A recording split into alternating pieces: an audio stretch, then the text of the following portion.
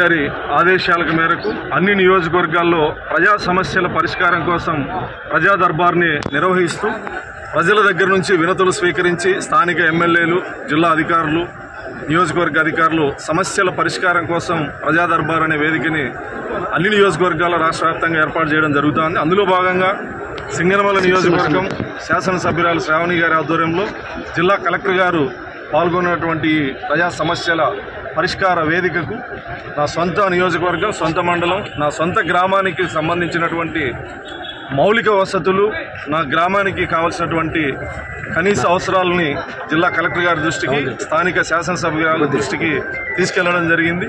జిల్లా కలెక్టర్ గారు, స్థానిక ఎమ్మెల్యే శ్రావణి గారు ఇమ్మీడియట్లీ ఇవన్నీ చేసే విధంగా మాట ఇవ్వడం జరిగింది. సీసీ రోడ్లు, డ్రైనేజు, తాగునీటి సమస్య, అదేవిధంగా మా విలేజ్ నుంచి స్కూల్కి వెళ్ళేటువంటి విద్యార్థులు సలకంచెరు హై స్కూల్కి వెళ్ళాలి, మధ్యలో వంకు ఉంది, కల్వర్టు, చిన్న బ్రిడ్జ్ అవసరం అని చెప్పి కలెక్టర్ గారికి చెప్పడం జరిగింది. తక్షణమే స్పందించి ఏర్పాటు చేస్తామని చెప్పేసి, కొటేషన్ ఇమ్మని చెప్పేసి అధికారులకి ఆదేశాలు ఇవ్వడం జరిగింది.